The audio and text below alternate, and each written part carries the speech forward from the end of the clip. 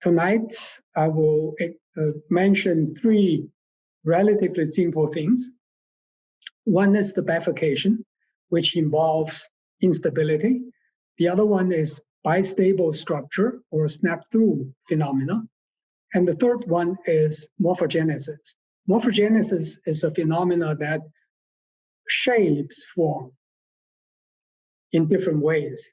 You can see that I'm going to show you later on how planes would form different shapes. Okay, so let's start. Mismatch strain driven deformation.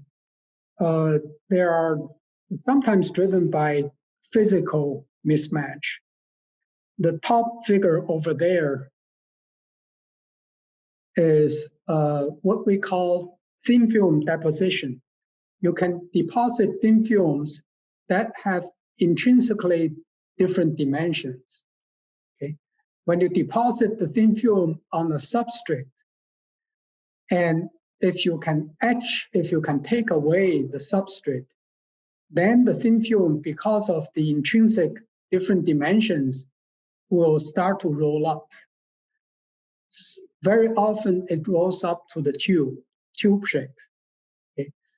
But similar things can happen not just by physical means, but also by chemical means. For example, over here, I have one particular heat.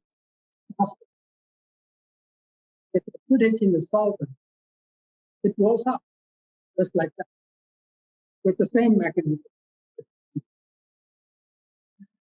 Okay, so how do you understand this mechanism? You can do simulations. In this case, on the left, I show you what we call finite element simulations. So initially, a flat triangle thin film, because of this mismatch strain-driven deformation, will fold up eventually to form a shape like this. Or a square-shaped thin film, because of this mismatch strain-driven deformation, will fold up to a shape like that. Okay, and not just this, the folding process sometimes is unstable. Okay, in this case, a circular plate or thin film will fold up initially symmetrically, or the square-shaped thin film sheet will fold up initially symmetrically. But if the mismatch strain is too large at this point, when the mismatch strain is beyond a certain point, all of a sudden bifurcation occurs.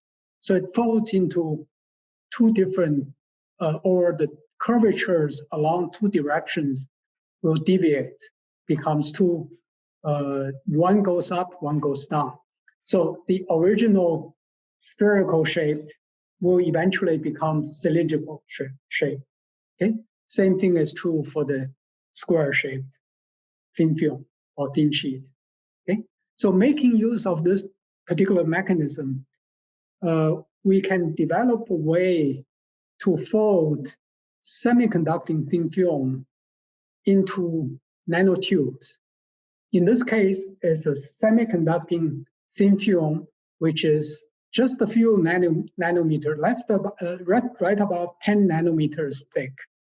1 nanometer is 1 billionth of a meter.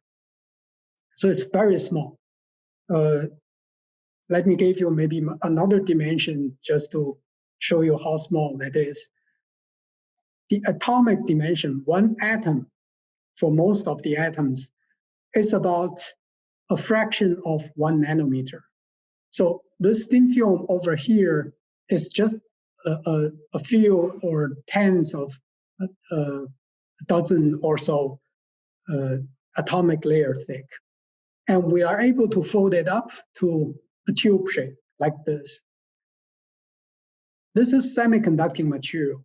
So when you fold it up to a tube, it has very different electrical properties than the flat sheet. Not only we can do that, we can also make arrays of these tubes. So on the left over here are arrays of these nanotubes made of indium gallium arsenide and gallium arsenide, 2 layers of different materials with slightly different what we call lattice parameters. Okay, so the middle picture shows the tubes over here, and the right picture shows the fold up individual tube. Okay. Not only we can, form these arrays of tubes. By the way, if individual tubes has interesting electrical or magnetic properties, arrays of tubes would have even more interesting properties. So that's what we're interested in. Okay. All right.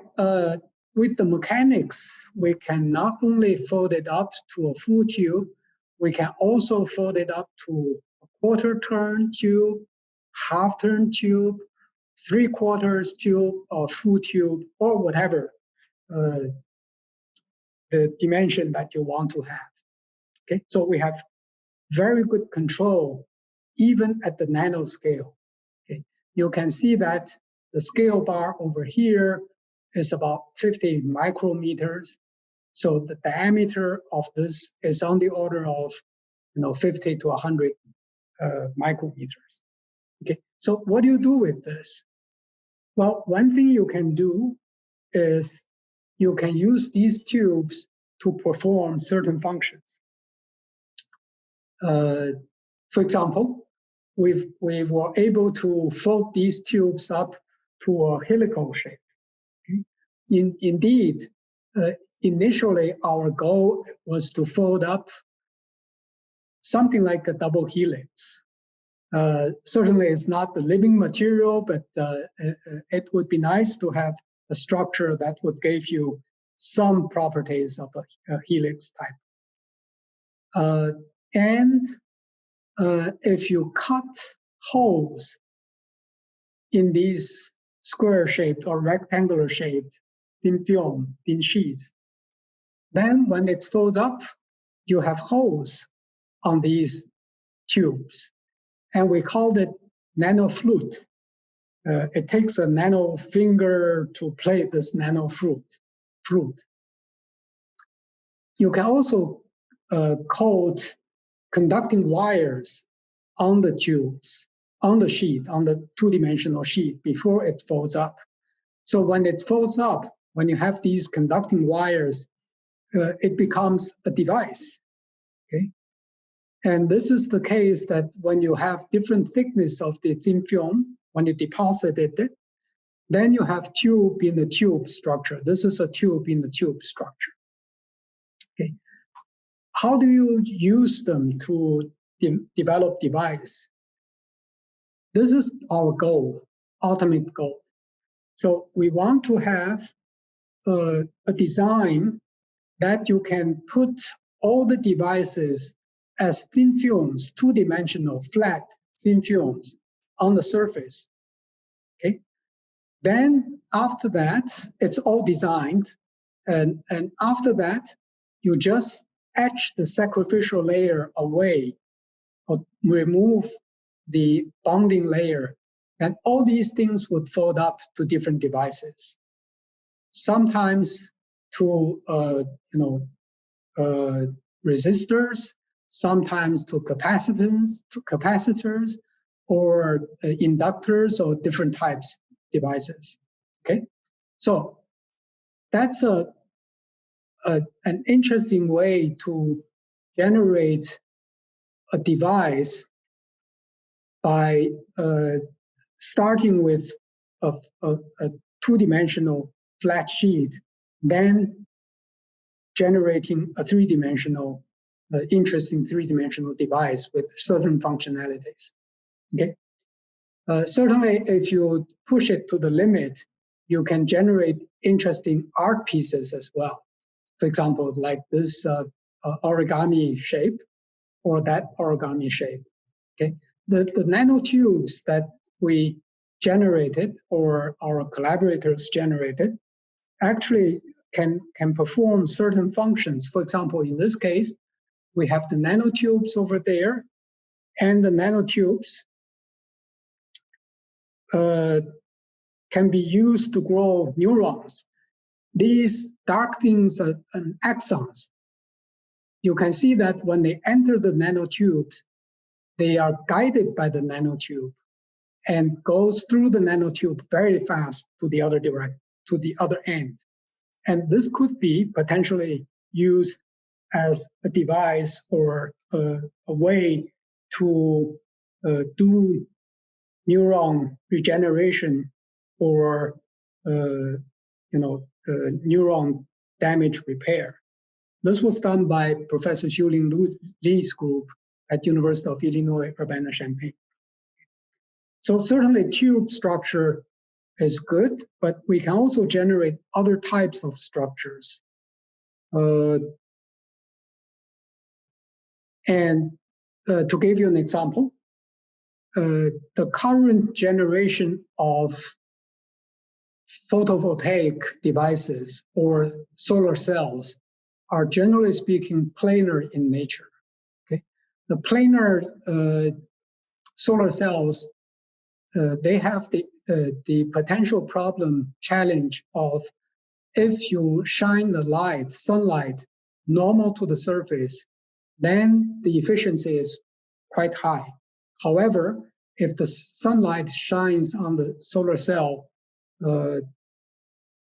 somewhat with an inclined angle, the efficiency drops very fast. Okay, so how do you deal with that issue? Certainly, one of the ways to do that is you can make a solar cell which is independent of where the sunlight comes from. One particular design is, of course,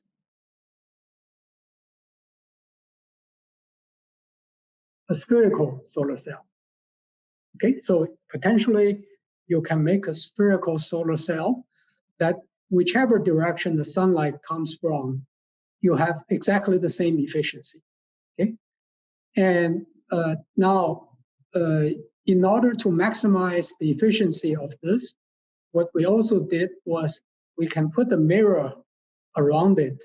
So when the sunlight shines on the mirror, the sunlight is reflected towards the solar cell, so you improve the efficiency of the solar cell. Okay, and that can be done by using silicon thin films. So this is what we did. So we have a silicon thin film. We using fabrication technology to make it into certain shape, like the flower shape. Okay. Then when we put the droplet of water or some fluid on top of it, because of the capillary interaction, it actually draws up the edges of the solar cell, of the petals. Okay, so to make it spherical shape. Okay? And we actually can do this for different numbers of the petals. For example, 4 petaled cells, 6, 8, and so on. And the mechanics model gives us a very good correlation between the experimental result and our mechanics prediction. Okay. Now, using mechanics, this is silicon thin film, which is a hard material, but mechanics doesn't really discriminate one material from the other. As long as we know the mechanical properties of these materials, we can study that. In fact, this is what we did with soft material. So in this case, we have something called PDMS, which is an engineered soft material or plastic, transparent plastic. You can put a droplet of water on it. As the water evaporates, this PDMS thin film would little by little fold up. So there's one time I was talking to a student working on this, and I mentioned that any of these materials should have that phenomenon. So at the time I just purchased the computer, and there's some wrapping plastics. So we got a piece of wrapping plastics, we cut it into different shapes, pour a droplet of water, and waited for a long time. Nothing happened. Then we realized that the wrapping plastic was too thick. So I asked the students to go back and find maybe thinner material. What the student did was he went back home at dinner time. After finishing his dinner, he had some leftover. He had this food wrap, which is a very thin sheet of plastic. He was curious about whether that would work. So he actually cut little shapes of this food wrap, put a droplet of water on it, and over time, indeed, it folds up very nicely. Okay, so it's from that point of view, this mechanics tool is universal. It can be used to address many of these potential problems using mechanics analysis. Okay, and we published the paper in the Proceeding of National Academy of Sciences of the United States, and the paper was so well received, and our paper became the cover article for that particular issue.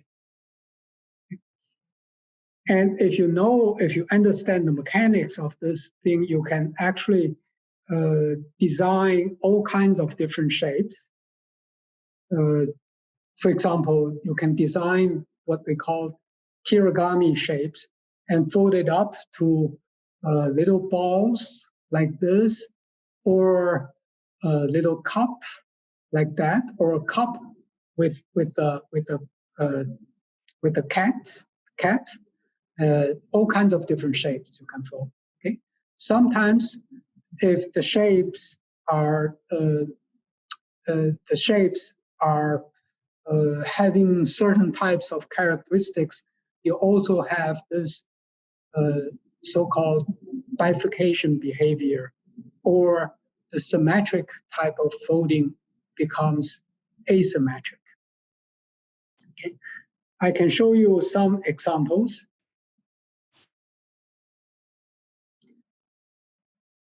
For example, you can have all these kinds of shapes, and if you use these shapes, this is just to show you that the folding process sometimes is symmetric, sometimes it's asymmetric, or bifurcation occurs. And indeed, if you use the magnetic material to form these different shapes, then after it folds, you can use to carry different cargo. Okay? In this case, it carries the cargo, and you can put the magnet outside the container and drive this thing to a different location. For example, in this case, you can move it to drive it to a different location, or the bottom case is you can move the cargo to a certain location and release it. How can you use this particular technology?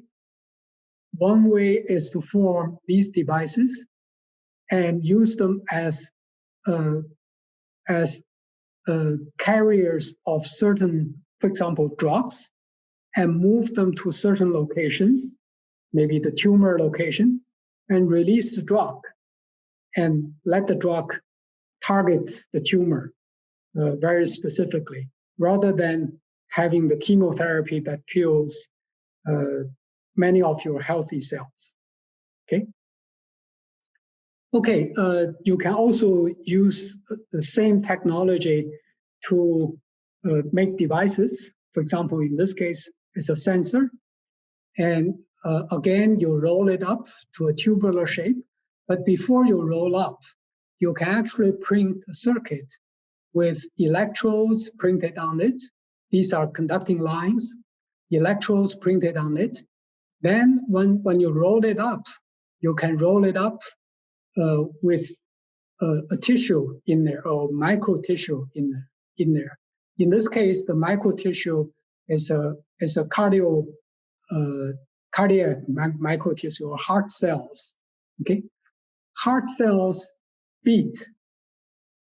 Okay, and with these electrodes over there, you can actually measure where when the beat occurs. Okay, if you have a two-dimensional structure, you can still do that, but the problem is with the micro tissue, very often the contact between the tissue and your device is not necessarily very good. However, with the 3D structure, you can not only measure the beating of the heart cells or heart tissues, but also you have a very good contact. Okay. Perhaps let me show you the real beating process. Not only that, you can also have multiple electrodes to measure the beating at different locations. In this case, you can see that you have numbered electrodes. These are active electrodes that you can use to measure the beating. And you can also measure the coordinated beating. In other words, for all heart cells to beat in a coordinated way, the beating has to be triggered somewhere. In fact, this beating, the transmission rate from one location to another location of the beating, if that particular speed is not normal, then you have a heart disease. Okay, but if you ask medical researchers, very few people now know exactly what is the speed of transmission of these electrical signals. So we are the first ones to measure this. So let me show you some of the measurements.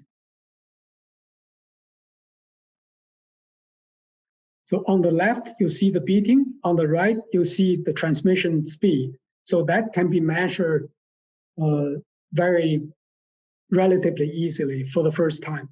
Okay? And we publish a paper in a journal called Science Advances. Okay?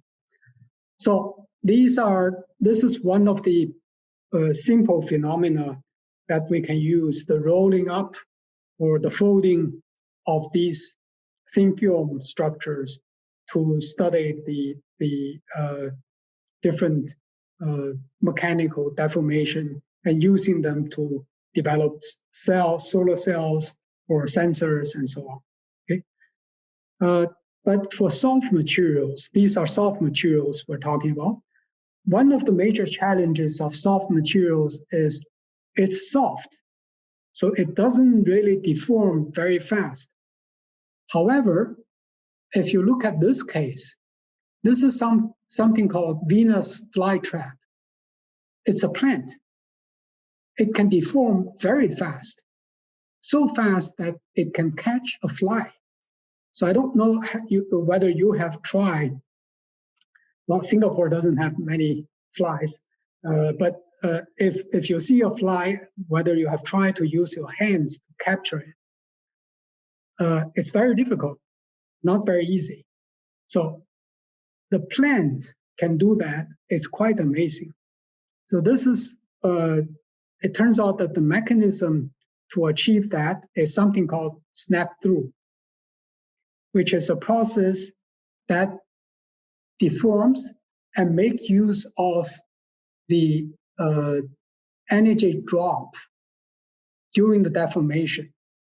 And you have a local minimum energy state. When you release that energy, when this thing deforms back, when you release that energy, it jumps from this location all the way down. So that jump actually releases the energy very fast. That gives rise to a jumping behavior like this. Okay? So we've done, again, some finite element simulation to study this. It turns out that jumping behavior can only occur under very specific conditions. For example, if you have a phase diagram like this, over in that direction is a bistable type of behavior. So jumps don't occur. For example, I have over here a bistable kind of behavior. Let me show you. If I push it down, it stays there. It's bistable. It doesn't jump.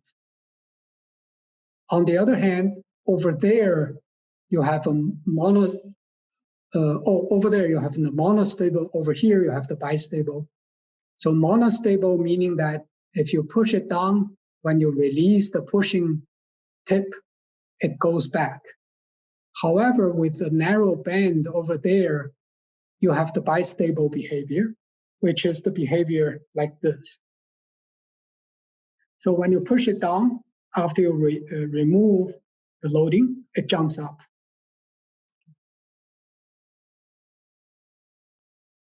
And not only this bistable behavior can occur under mechanical loading, it can also occur under chemical loading, in this case, pH value. So we actually made a little device that you have a little dome structure, a bistable structure like this, that would allow you to push something by changing the pH value. Okay, so maybe let me do a little demonstration. Let's see if I can do this, maybe for you to see better. Over here, I have a little toy. Okay, this little toy is a hopper. So it has two configurations or two equilibrium positions. One is this, the other one is this. Okay, and this one has a higher energy. When it releases energy, it jumps up. Let me see if I can demonstrate this for you.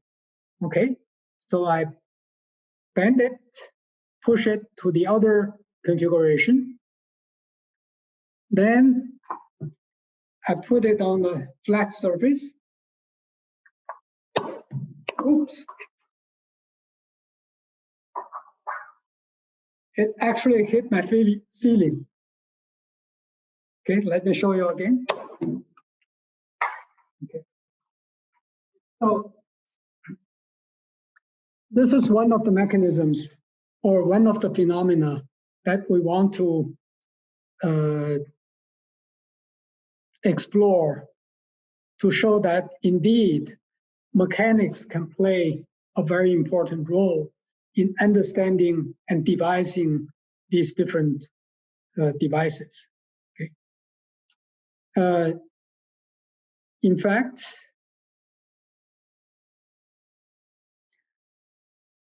let's go back to the original sheets that I had initially I showed you.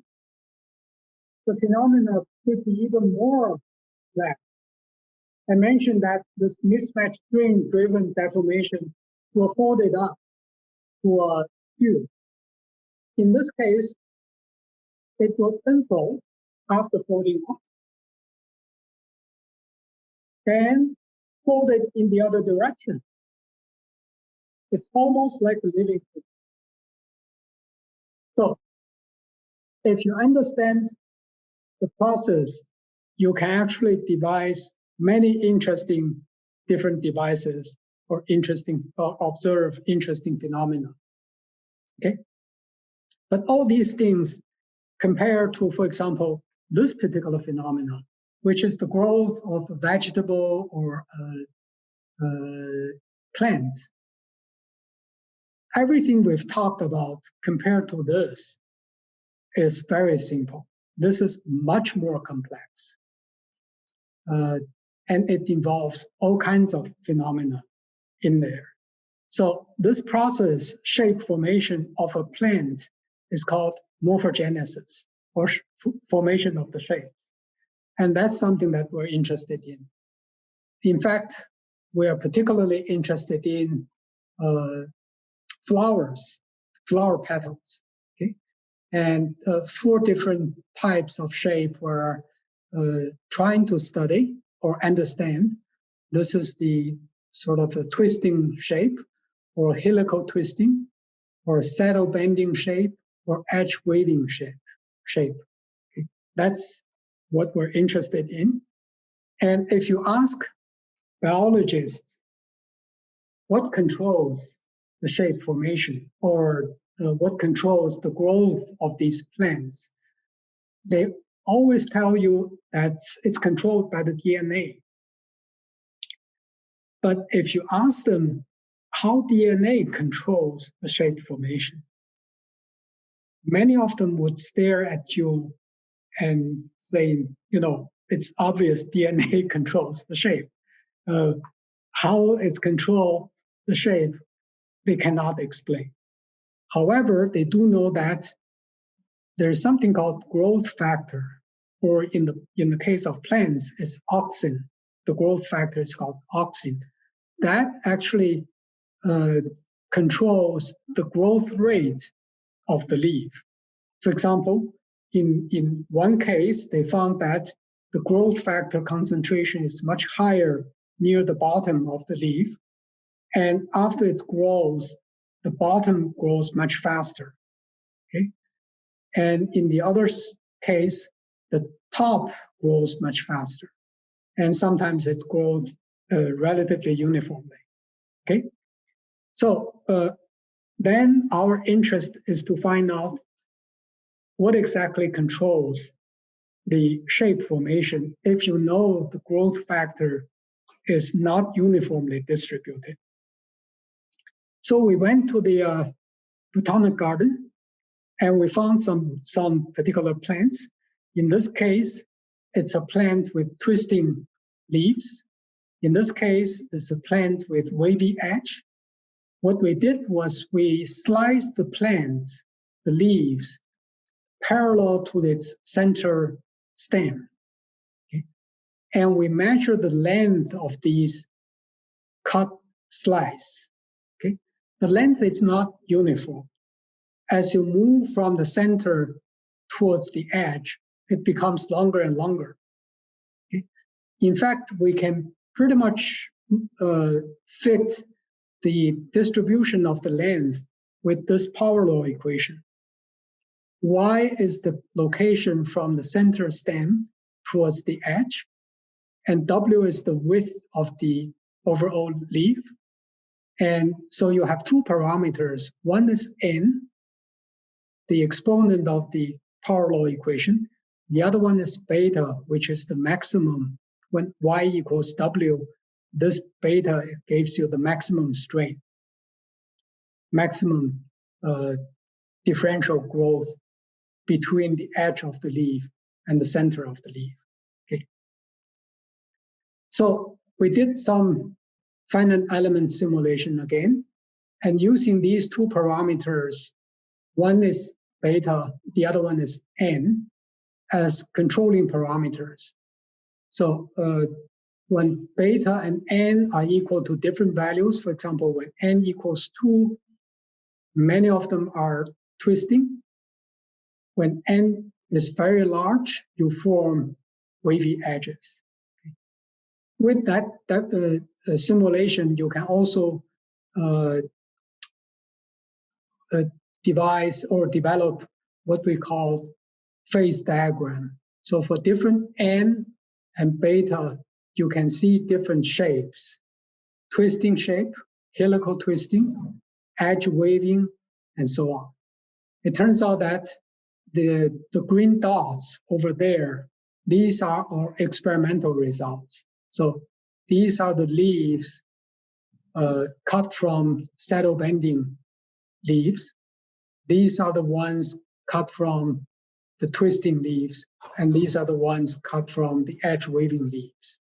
And apparently our simulation, our phase diagram is quite consistent with the experimental measurements.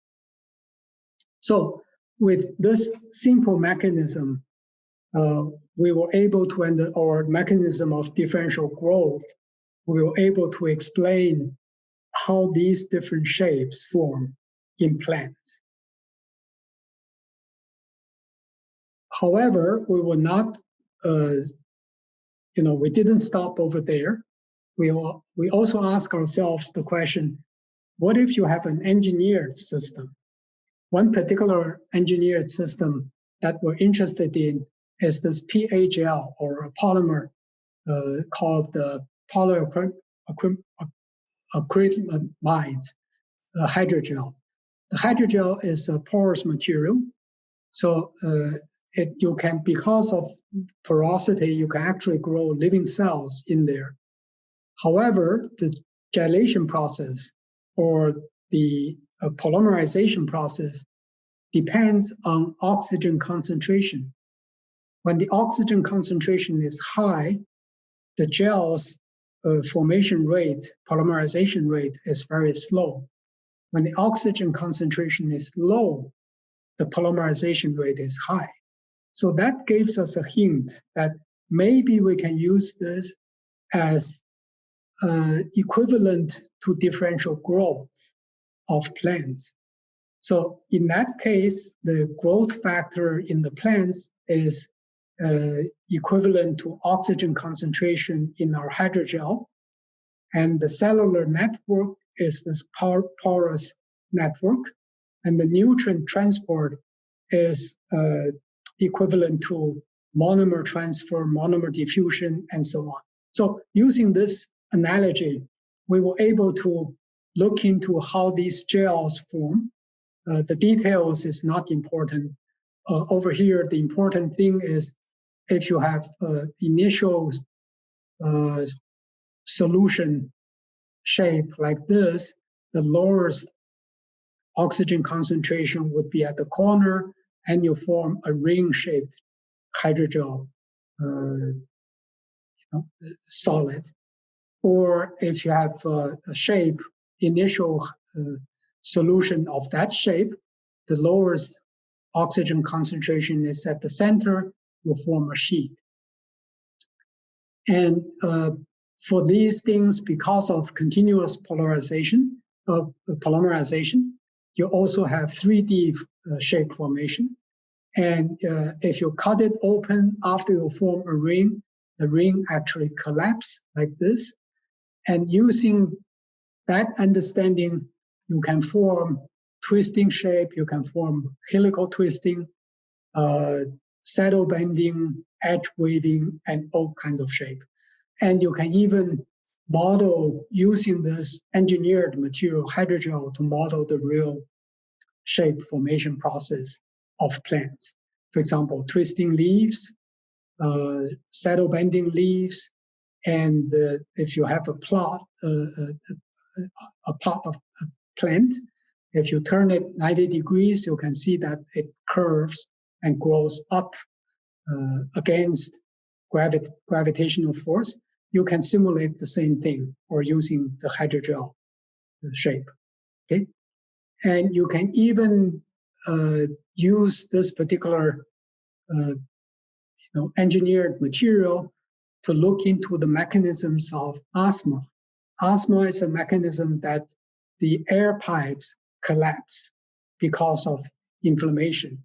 And in this case, we have the hydrogel constrained by a ring at the outer surface. And indeed, it collapses into a buccal shape like this. Okay? So let me finish by saying that we have one mechanism, which is this mismatch strain-driven deformation or mismatch growth-driven deformation. And we've looked into 3 different phenomena, and bifurcation phenomena, bistable snap-through phenomena, morphogenesis of plants. And I've shown you some of the potential applications. Okay, let me acknowledge my co-researchers. There are some students. Arif Abdullah was a PhD student at Carnegie Mellon, and now he's a postdoc at University of Washington. David Quinn is a researcher at Carnegie Mellon. Zulu Wang was a PhD student at Carnegie Mellon. We have Professor Subra Suresh is a collaborator. Professor John Rogers at Northwestern University is a collaborator. Xiuling Li at UIUC. Paul Brown at UIUC.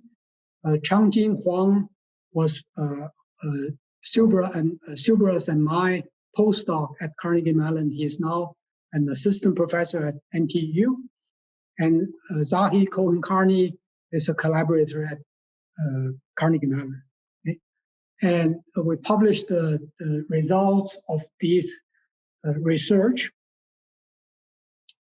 in several different papers, all the way back to 2009 until 2019 and 2020. And the most recent paper was published in 2020. And we were interested in many of these mechanical phenomena so much so that we even started a new journal about 5 years ago called Extreme Mechanics Letters. 3 of us are co-editors-in-chief, myself, Professor John Rogers, and Professor Zhigang Suo. At the time, both myself and John Rogers were faculty members at University of Illinois Urbana-Champaign. Now I'm at NTU, John Rogers is at Northwestern. And the extreme mechanics part that we're interested in are things that are extremely fast, small, large, or soft, hard.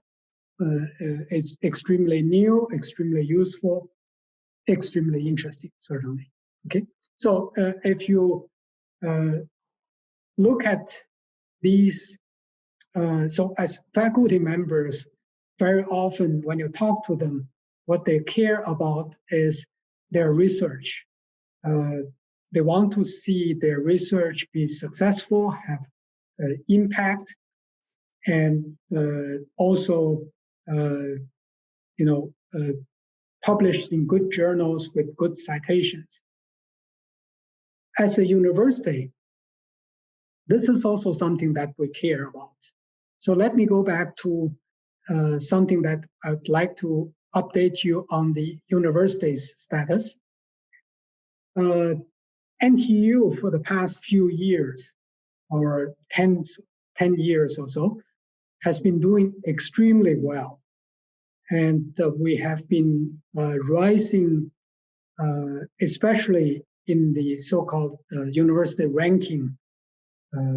If you measure it by university ranking, we're rising very fast, rapidly.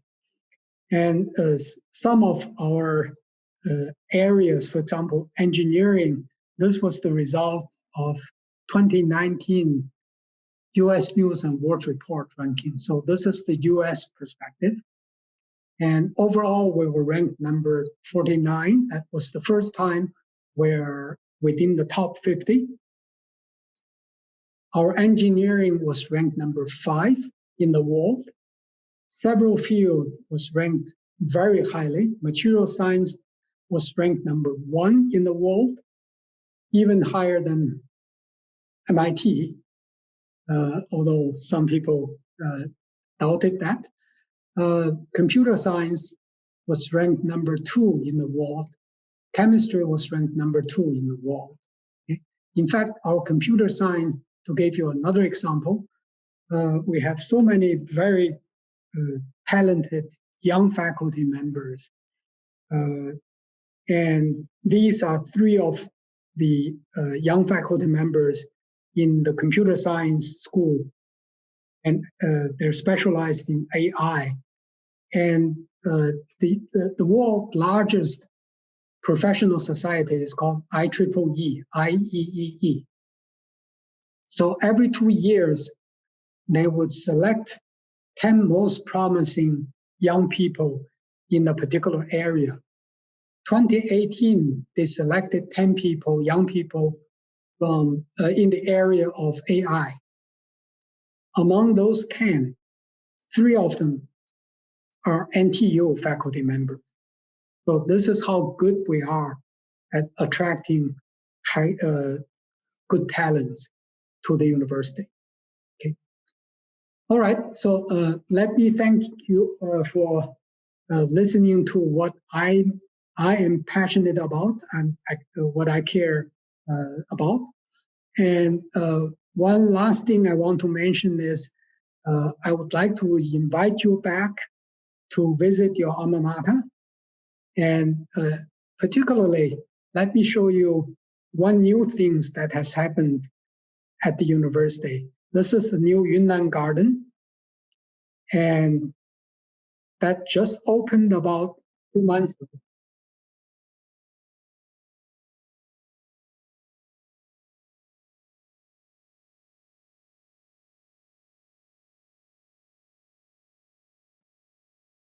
So the new Yunnan Garden is over, waiting for you to enjoy. And one particular thing that we decided to do is to have something within the new Yunnan Garden that's specifically for the alumni. So we have an alumni walkway somewhere along the Nanyang Lake over here. An entire walkway is dedicated to alumni. And you can actually donate to the university to put something with your name, your graduating class, or some simple wording on along the alumni walkway. With that, I'd like to thank you again for your attention and take some questions. Thank you very much, Prof Hsia, for your presentation on mechanics meets soft materials. So fellow alumni members, you could ask questions using the chat, or you could also raise your hand and we will hear your questions through the microphone. Would anybody like to start ball rolling? Okay, I see a question from Chris and then Roderick. Let's have Chris's question first. He says, thank you for the interesting talk. What are the potential mass applications of some of the applications presented? Okay, the device we have developed to measure the heartbeat or the heart tissue, in this case, heart tissue electrical signals. And that's something that's quite important. For example, if you want to know how these abnormal heart condition occurred, you want to understand, what went wrong. Was it the muscle that went wrong, or was it the electrical signal transmission that went wrong? Okay, so if you can eventually develop that into a three-dimensional flexible device that can be attached or wrapped around your heart and send the signal out, and to let the physicians know that in this case there is an abnormal type of heart condition.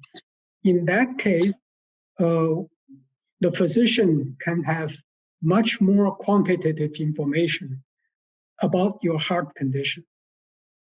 So that's one of the applications that can help people with heart disease. In fact, heart attacks is one of the major diseases that would lead to sudden death or premature death of many people. We have a question from Roderick. Has NTU commercialized some of the mentioned technology? Not yet. We are filing some intellectual property protection. For example, for this particular plant or differential growth driven shape formation, we have filed intellectual property protection. We're hoping that would eventually lead to generation of soft devices. Okay. Many of these robotic devices right now are using hard materials, steel or aluminum or other types of hard materials. However, hard materials, when they interact with human beings, we have tremendous difficulty. They have the benefit of being precise, and you can use them to locate certain locations or the points that you want to reach very precisely. But they also have the drawback of too hard. So when they interact with soft tissues like human beings, you have the problem of the danger of damaging the tissue. So what we're trying to use is using this particular technology, hopefully to develop soft robotics. And that would allow us, or maybe a combination of hard and soft robotics, that would allow us to reach certain locations and using the robotic arm to touch or to repair certain damages in the human body. I see that Akbar, you have unmuted your device. You have a question, Akbar? No. I'm just following. Okay. I think it's a very interesting talk because I'm also now doing a farm, a mechanized farm in New Tea. Plants, how they relate to its usage for human body. I think it's a very interesting topic to look at. Sorry, I joined late. Thank you. Had Thank some you very internet much. problem. Okay, thank you very much. How's everybody doing in the current COVID-19 situation? Working from home. I'm hoping that all, if not most, if not all, our alumni are doing well and being able to work productively. I see one answer, adapting fine. Thank you, Chris. Yes, we are mostly working from home nowadays. Yeah. I'm Prof Hsia. As human beings, we are so used to what we are doing. Suddenly, we are put into these stages. But what surprises and surprised me is that actually we can adapt. And actually, there's a lot of things that we have been doing that is not necessary. What is frightening is the reaction of the world globally, the fear factor. I think that's going to be hard to overcome. But nonetheless, we've gone through many rounds of recession, downturns, what have you not. I think this is just one of them. But it's also taught us that there are other things that we need to focus on in life other than work. Yeah, that's my take of it. Thanks. Very good comments. Yeah. And I've seen some replies online. One thing certainly those days also looking into these issues. The issue is, coronavirus has changed the world significantly. And even when this virus passes, it's possible that the world would be somewhat a rather different world. So the university is actually working hard to come up with ways to address these issues. And one of the things that the university has been doing is, for example, many of the alums may have more free time to take some courses. So we have made the lifelong learning courses available to our alums. When you take a lifelong learning course from the university, if you're Singaporean in Singapore, you can get the 1,600 Singapore dollars to help you with the tuition. So take advantage of this. We do have a few alumni replying on the chat. Some are happy that we can do this talk today in this format. Some are saying that they can work while watching the seminar. Another said change is the only constant. And we have alum saying any form of social interaction helps take away the feeling that you're trapped at home. So thank you all for your responses and your thoughts. Yeah. Thank you. Thank you very much for this private conversation that I have with you. Thank you. So we wish everyone good night. Thank you for joining us. And we hope to see you very soon. We'll be having many more webinars coming your way from AO, also from the schools as well. Thank you and good evening. Good night.